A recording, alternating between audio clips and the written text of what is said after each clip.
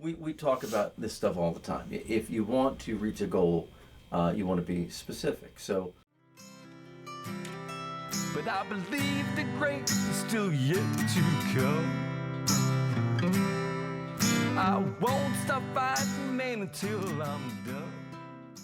all right, welcome to the. I guess this would be the new year, right? This is the 2024 edition of the Breakfast Ball. I am your host, Bob Cardia, and our dashing sidekick, the exceptionally valuable Richie Stoltz. Oh, thank you. Oh, yeah. Thank you. I call it legacy.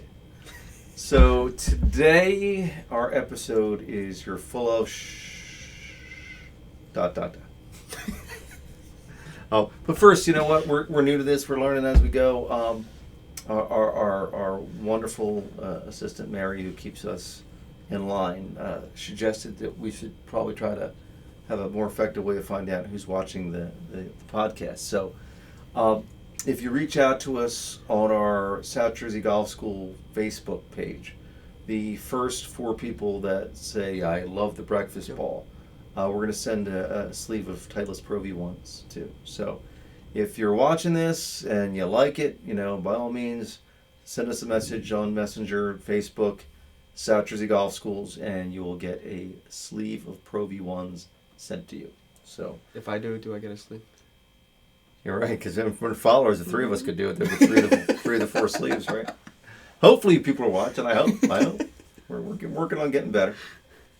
But yes, that is a promotion that we're doing to start off 2024. Okay, well today, you're full of is our dynamic start here.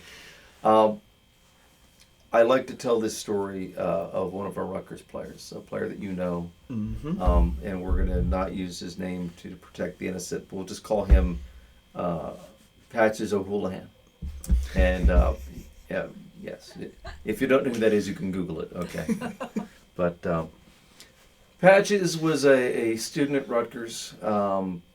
He was approaching his 7th year of college, I guess. And from was a Tommy boy. Lots of people go to college for 7 years. They're called doctors. Patches was not a doctor. I cut him some slack because he went through COVID and whatnot. But yes, the thing was, he came to me one day to start his 7th year of college, and he comes to me and he says, "Coach, I'm turning over a new leaf. I want to be good at this. I want to be great at golf. I want to be a good student." He said, my focus now is on getting good grades. Okay. All right. Sounds good on face value. So I looked at him and I said, "Okay, Patches, what are good grades?" And he looked at me. He's like, "Well, I don't know, A's, B's, maybe an occasional C." So I looked at him and I said, "You're full of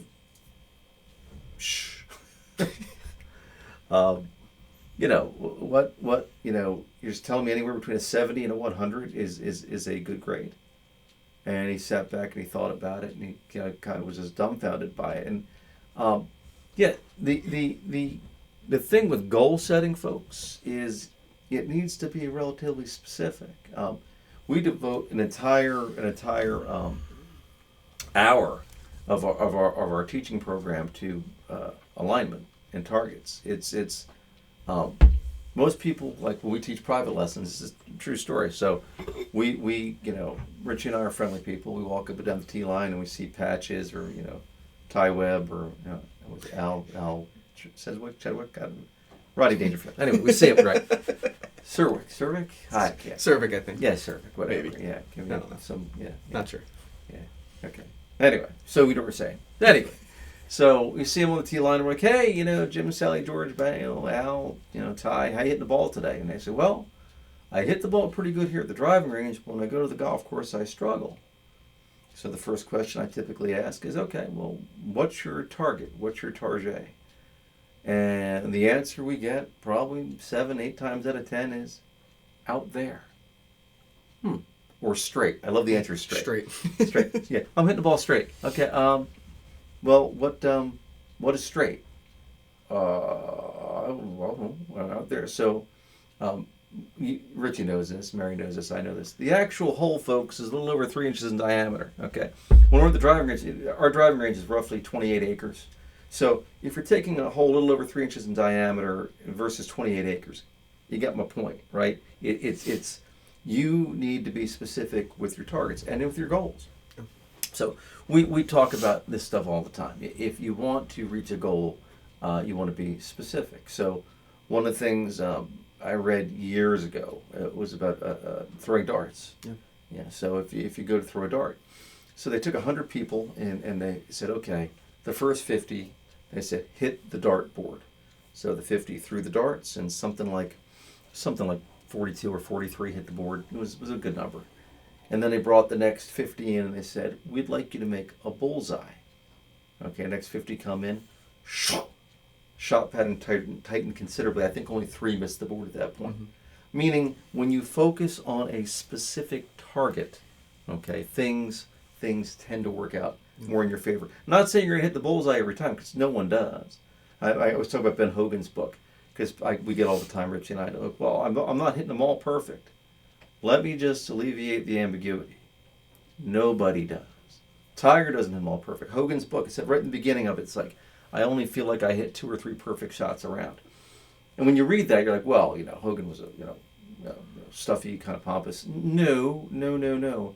He's telling you what golf is a game of managing your mishits. So you're not going to hit everything perfect, but what you want to do is avoid the lost golf ball. So again, a great metaphor for life, right? You want to set a specific goal and go for it from there. Also, when I'm talking about my players and other guys about goal setting is judge a tree on the fruit it produces, not the fruit it says it's going to produce.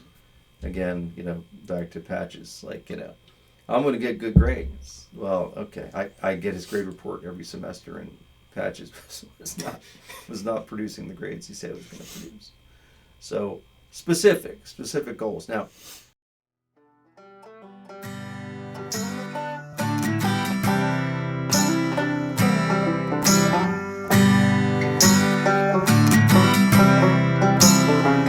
glass of bourbon,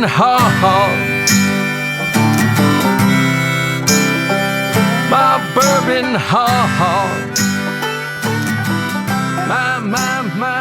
my bourbon, alcohol,